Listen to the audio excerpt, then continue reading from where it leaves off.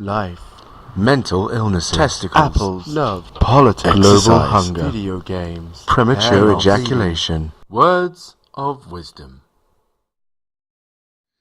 Hello friends, hello everyone, welcome to another episode of Words of Wisdom Week 4. I'll be honest, first of all, I have to say, I never actually thought that this series would go on this long, so I have to say thanks to everyone who's been asking questions. I decided to say that. But we're going to get into it because this is quite an interesting mixture of questions this week. There's a mixture of random, crazy, weird questions and a mixture of like serious kind of questions. There's nothing like philosophical this week, so no long speeches from Dan about life and stuff. But let's get into it without further ado. So question number 1 is from Holy Needs, who asks, what is your favourite game of all time and why? So, my favourite game of all time and why, I'm going to cheat, sorry, I'm going to cheat again, I don't care. Number 1 would actually be Final Fantasy VII, only because it was the first game I ever played. I was 12 years old, the first game I ever played that actually gave me mad feels, and I got heavy feels from that game, because, well, it's when Ares died, essentially. I remember I was supposed to be going on a skiing holiday with my grandparents. I think I told this story somewhere else.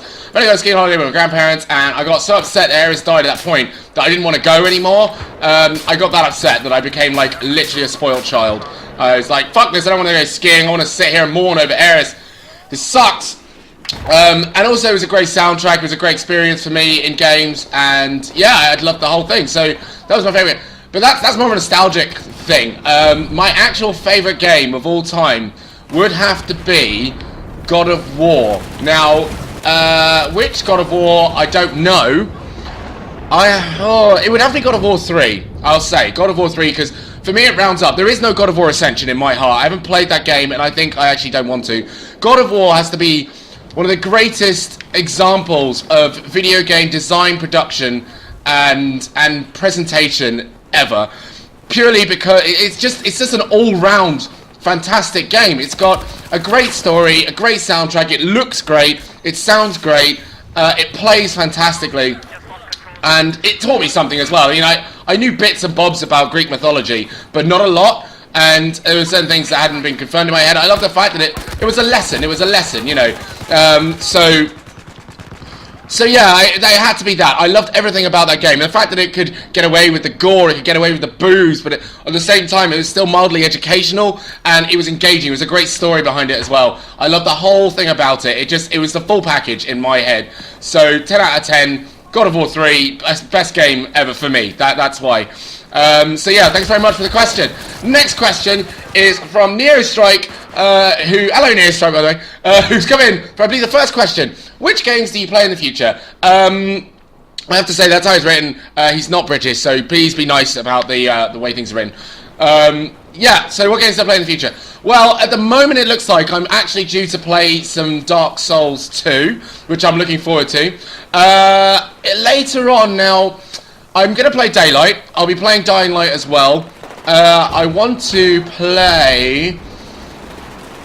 Actually, you know what? It's funny. I'm not sure what there is at the moment. You know, I'd like to get my Xbox One. I really want to get my Xbox One because I want to play Dead Rising 3. I really, really want to play that game. I still haven't put my hands on an Xbox One yet. So, I can't wait to get on that. It's a matter of work and money and but I will one day. I promise you that. I actually also want to play Papers, Please on the PC, and a couple more kind of browser games and little games on the PC. I'd love to play Carmageddon actually as well. I'd love to get that under my belt because Carmageddon is just a great game anyway. Superb stuff. Yeah, Jesus Christ, there's loads of games I want to play in the future. But just keep watching and we'll get there. Drive Club as well, but you know that already, so good. Alright, thank you very much for the question, Neo Strike. So, this is where it gets silly. Flugible has gone on Reddit and literally spammed Reddit with questions. So here we go, quick fire round. Right, my girlfriend fired when we were kissing. Should we break up? Only if you were kissing her ring piece. Good. I made Jesus-shaped pancakes, but I burnt them. Am I going to hell? I'll answer this as if I were a super religious person. Yes. How much Listerine does it take to get drunk? I don't know, and I don't really want to try that, to be honest. But I reckon, because there's alcohol in it, isn't there? I reckon a whole bottle. I reckon a whole bottle will get you there. You'll probably vomit pretty quickly as well. That'll probably do you in. But I don't recommend anyone does that, by the way. Please, please, please, do not drink a whole bottle of Listerine because of me. Please. But I reckon it's a whole bottle. Alright, cool, cool. Next question. I was bitten by a turtle as a young lad. Should I still drink orange juice? Okay, I'm gonna say yes. Do it. Because you never know. I mean, you're bitten by a turtle. Maybe this will turn you into the super orange Ninja Turtle that everyone's been dreaming about all these years. Alright, so yes, do it. Drink the orange juice. Drink the juice. Drink the juice. Next question is it okay to boil headphones? Yeah, I guess so. Sure, it might give you a better sound quality. Who knows? Go for it, I'd say. Make sure you take the really expensive ones, like your Bose headphones if you have a set. Just make sure they're like really high quality ones and just do it with those. Definitely. I think that's okay. And then the final question from Fluidable on Reddit is, do midgets have night vision? Yes, they do. Absolutely they do. And that's their superpower. You know how they say, like, you know, if you lost one of your senses, then the other senses would get stronger. Well, midgets, not that being of regular size is a sense, but midgets having lost their size have gained something else, and that is night vision. Okay, good. Thanks for the questions, Fluidable. I love that you spam Reddit, and I love that I can now have a reason to use Reddit properly. So thank you very much. On to the next question, which is from Ben C. This one's come through on Facebook. Should I go to the doctor about that growth I showed you? I don't know, unless it's a doctor of love. Oh, just a disclaimer, Ben C. did not show me his erection, all right? But that's going to be my response to that question. Oh no, actually, what I'll ask, does it hurt? Has it been a growth for longer than 4 hours? Because if the answer to those two questions is yes, then yes, you should go to see a doctor. If the answer is no, then just beat it out, man. Beat it out. You'll be fine, okay? And it'll all go. All right, next set of questions. I love this now because now I've got another set, like a quick fire round here from Tom T, who's just thrown a load of random questions at me. I love this. Right, okay, so quick fire round. Here we go. What does Smurf meat taste like? I reckon it would taste the same as, like, a little bit mushroomy, I reckon. Very gamey and really, I reckon it's chewy and tasteless. He says, as he says, gamey, mushroomy, then chewy and tasteless. I don't fucking know. Yeah, okay, I'm gonna go with chewy, a bit watery, and there's a hint of mushroom in there as well. So I'm gonna say that. That's gonna be my answer. All right, cool. Next question: is it possible to have a suntan on your tongue? No. No, it's not. That's the answer. If Peter Piper, how many goats fit in a bottle? Okay. Trying to make logical explanation from this question, and it's not working. My head is going to explode. Hey!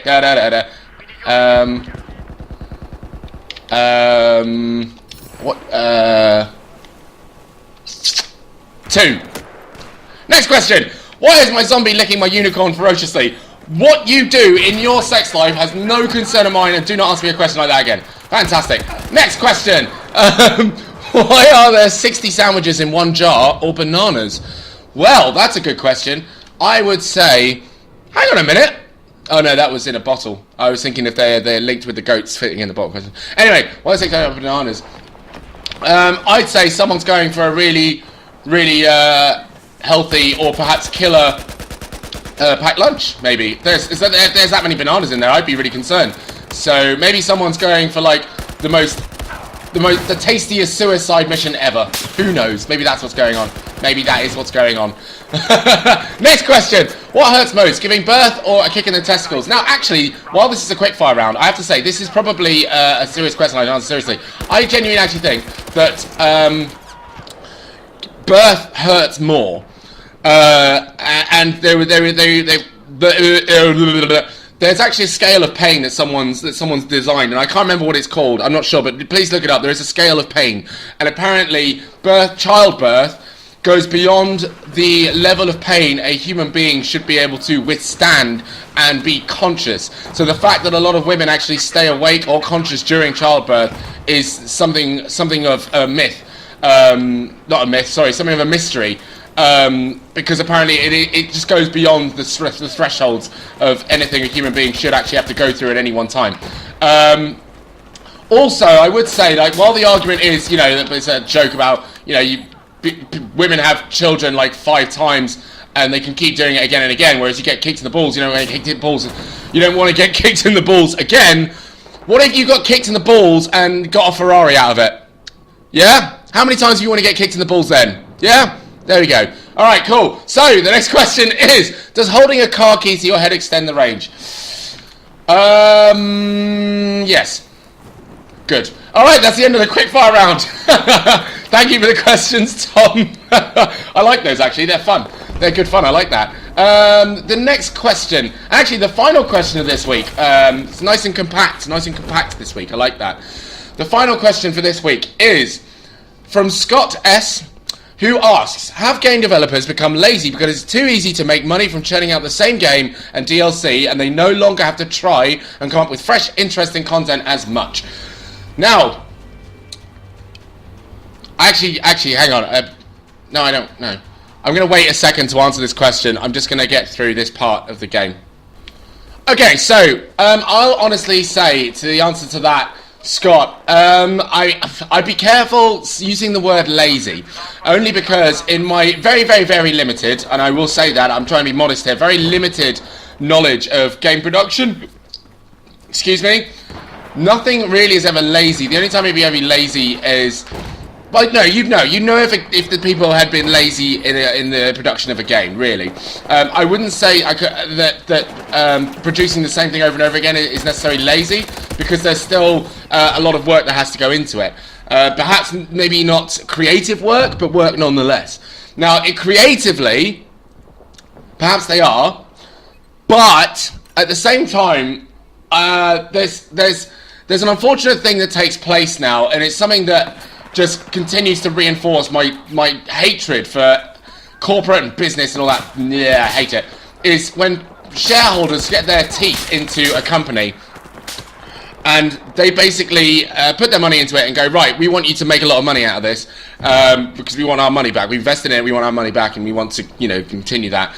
And what that means is that risks can't really be taken, or risks are certainly even more risky because there's less of a chance that they'll actually get their return on investment.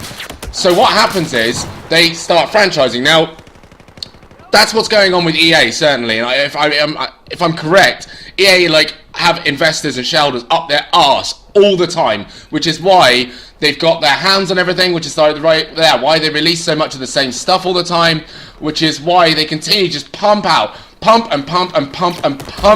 games all the time. That's all they do, because they've got shareholders and investors up their arse, breathing down their neck, just basically being on them all the time, being like, where's my return investment? Where's my return investment? Give me my money, give me my money, give me my money. And what that does do, unfortunately, is it actually does stifle the creative process quite a bit, because it means there's no room for risk. And in creativity, there is a risk. There's always a risk, and you're guaranteed that. And it's a huge shame. So I don't want to say that they've got lazy. I think it's unfortunate that the games industry, in some parts, haven't fallen to the culture of investing money into it, and not in a good way. But then saying that, you look at other parts of the industry, certainly the indie market, for example, things like the game jams, the expos, where you actually get to see the real creativity come alive, and you know, it's where things like that, where things like Journey are born, Fez is born, Super Meat Boy is born, all these fantastic little indie games that get made that maybe don't have the £1 million budgets or anything like that, but they have this really good and quality creative soul that shows that creativity is not dead, and the game developers aren't getting lazy. It's just in certain areas and in certain cultures of game development, or the games industry certainly, yeah, they got lazy. No, they didn't get lazy. Sorry, I just said at the beginning of the bloody answer that's not the word to use. No, they haven't got lazy. It's just unfortunately it's been stifled. I wouldn't be surprised if a lot of companies actually did say, or a lot of employees of these companies did actually say they wish, that they had a little bit more freedom to mess around with things. I wouldn't be surprised if they said that. But I don't know how much to get paid, so maybe it's alright. I don't know. That feels like it wasn't a steady answer, so I'll summarise. I'll give the TLDR version of that answer that I just gave. No, they haven't got lazy. they've just been stifled by investors and shareholders, and that's my answer to the question. That is what I believe anyway. So I hope that's answered it, and I hope I hope that rests your soul in what's going on in the games industry today.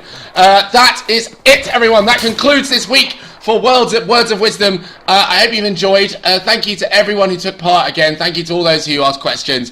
I love you guys forever for taking part. It's so much fun. I look forward to this episode now. I really enjoy doing this. Keep them coming through. Keep asking me anything at all. And I will see you all next week. Well, tomorrow. I'll see you all tomorrow in an episode of I Play Games and Film It. No doubt I'll be playing some Second Son. I'll get the Dark Souls 2 going very soon for you guys. And I will see you all very soon. Have a wonderful day. Enjoy the rest of the week. Much love, peace, and take it easy. Bye-bye. Words of Wisdom.